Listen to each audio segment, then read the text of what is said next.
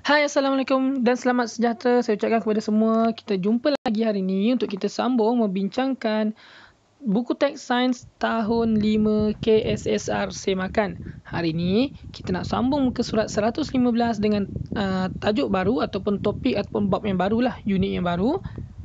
Unit 5 elektrik.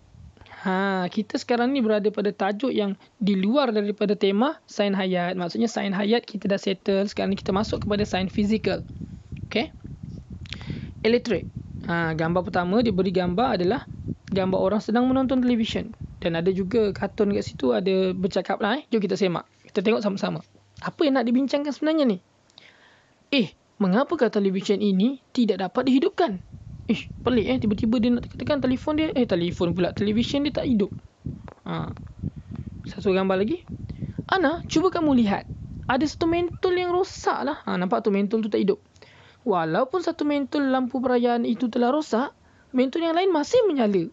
Boleh nyala pula lain. Kan? Jadi perhatikan situasi di atas. Mengapakah situasi ini berlaku? Kenapa agaknya TV ni tiba-tiba tak hidup? Cuba tengok betul-betul gambar ni. Nampak tak bawah tu? Plug dia tak sambung, Mbak. Plugnya tak sambung kan? Tengah tak tertanggal tu plug dengan dia punya soket tu. Kan? Jadi sebab tu dia tak hidup, tak ada current. Yang ini pula dia dah hidup dah, tapi kenapa ada satu yang tak hidup? Mesti ada berlaku mentol terbakar kan? Tapi kenapa mentol tu terbakar, yang lain boleh menyala lagi? Mengapa? Ini yang disuruh kita fikir dekat muka surat 115. Buku teks KSSR Semakan ni memang dia mula-mula dia nak tarik perhatian kita dulu untuk kita berfikir. Bagus kan? Alright, jom kita pergi kepada muka surat 116. Jauh no, 116 Sumber tenaga elektrik. Kita menggunakan tenaga elektrik dalam kehidupan harian kita. Tenaga elektrik digunakan untuk menghasilkan cahaya, haba, bunyi dan menggerakkan sesuatu objek. Apakah sumber yang menghasilkan tenaga elektrik? Sumber tenaga elektrik ni maksudnya apa yang boleh, daripada mana elektrik tu datang? Daripada mana kita dapatkan tenaga elektrik? Sebenarnya muka surat ni dia bersambung dengan muka surat sebelah. Kita tengok dulu yang sebelah sini. Yang pertama nampak ada gambar stesen jana kuasa. Stesen jana kuasa nampak ni, kat sini ada turbin angin, ada kat sini ada gambar air, yang kat sini ada gambar apa ni? Ni kan nak tengok benda ni kan. Jom kita tengok. Stesen jana kuasa seperti stesen jana kuasa angin, ni. Stesen jana kuasa ombak, ombak rupanya. Dan stesen jana kuasa hidroelektrik kat sini menggunakan tenaga kinetik. Tenaga kinetik maksudnya tenaga yang bergerak lah. Untuk menggerakkan turbin dan menjana tenaga elektrik. Maksudnya kipas ni bila dia pusing, dia akan gerakkan magnet. Mungkin magnet tu akan teraruh dengan medan magnet, mungkin dia akan jadi ke elektrik lah. Begitu juga dengan stesen jana kuasa ombak ni. Dan ini adalah yang air. Air tu mungkin air tu turun daripada tempat tinggi ke bawah, maka dia akan menggerakkan kat dalam tu dia ada turbin, dia akan berpusing. Untuk menjana arus elektrik lah. Jadi kita akan tengok nanti. Kemudian kita tengoklah, kalau dia ada bincang kita akan bincang ya. Itu stesen jana kuasa lah, stesen jana kuasa. Yang kedua, sel suria. Ingat balik yang pertama tadi, dari mana sumber cahaya, sumber tenaga. Yang pertama stesen jana kuasa, dan yang kedua adalah sel suria. Sel suria tu apa? Sel suria menukarkan tenaga cahaya matahari kepada tenaga elektrik. Ni lagi mudah, dia letak kat situ ngadap matahari, dia ambil tenaga matahari itu, cahayanya dijadikan tenaga elektrik. Sel suria digunakan pada alat seperti satelit dan juga kalkulator.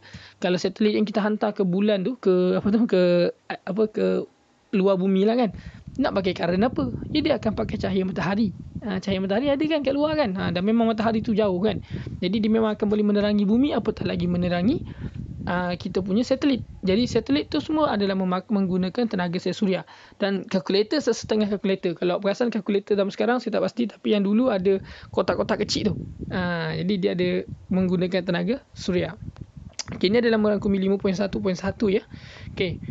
Muka sebelah lagi kat sini ada kereta Tamiya, kereta kontrol. Basikal, dekat basikal tu, dekat dia punya tayar tu dia ada turbin, nampak tak? Dekat tayar dia ni ada macam botol kecil. Kat botol ni dia ada dia punya penutup botol. Penutup botol ni akan bila tayar kita bergerak, bila tayar kita berpusing, penutup botol ni akan terpusing.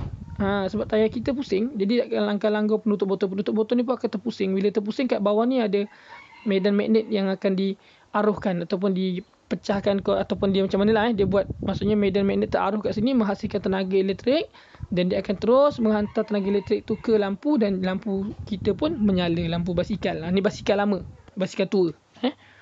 Dan dekat sini pun ada lagi ni bateri kereta ataupun nama dia akumulator.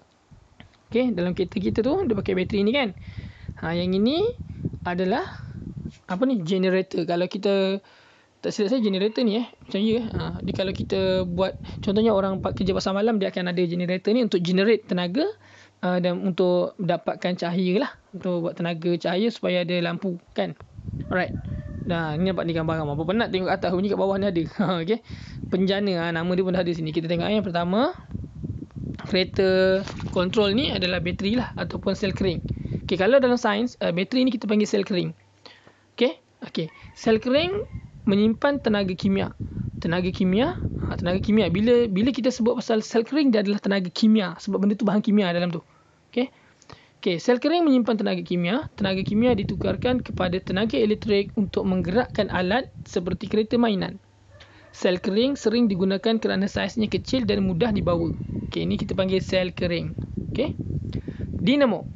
Dinamo ataupun dynamo. Okey, dinamo ni nampak.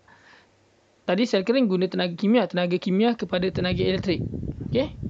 Dinamo, apabila tayar berputar, roda kecil pada dinamo turut berputar. Nampak tu ke atas ni kan, dia akan berputar. Kemudian dinamo menukarkan tenaga kinetik kepada tenaga elektrik yang dapat menyalakan lampu pada basikal. Kinetik tu apa? Ni yang benda tu berputar.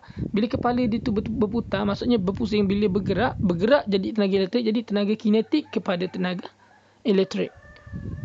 Okay, seterusnya adalah akumulator. Bateri kereta kan. Akumulator menukarkan tenaga kimia kepada tenaga elektrik. Dia sama macam bateri ni tadi, sel kering tadi. Okay, akumulator digunakan untuk menggerakkan kenderaan bermotor seperti kereta. Maksudnya akumulator ni pun kimia kepada elektrik. Kenapa tenaga kimia? Sebab dia ada bahan kimia dalam dia. Minyak apa semua kita gunakan untuk hidupkan kereta, dan akumulator ni menghidupkan kereta dengan bahan kimia. Okay, yang ada dalam tu air, bateri dan sebagainya kan. Jadi dia adalah daripada tenaga kimia kepada tenaga elektrik. Penjana pula, ni dia panggil penjana tadi saya sebut apa? Generator namanya penjana. Dalam buku ni dia tulis penjana. Penjana menukarkan tenaga kimia daripada bahan api fosil kepada tenaga elektrik. Ni penjana ni, saya tak pasti dia generator ke bukan. Rasanya ni tak apalah, kita ikut buku teknik dia kata penjana kan. Okey. Jadi dia menukarkan tenaga kimia daripada bahan api fosil kepada tenaga elektrik lah. Mungkin pakai minyak rasanya kan. Jadi bahan api fosil. Kalau yang tadi akumulator, bahan kimia dalam bateri. Okay, kena ingat. Yang ini penjana ni adalah bahan api fosil. Bahan api fosil tu contohnya apa? Macam minyak. Minyak kereta tu kan. Minyak tu kan bahan api.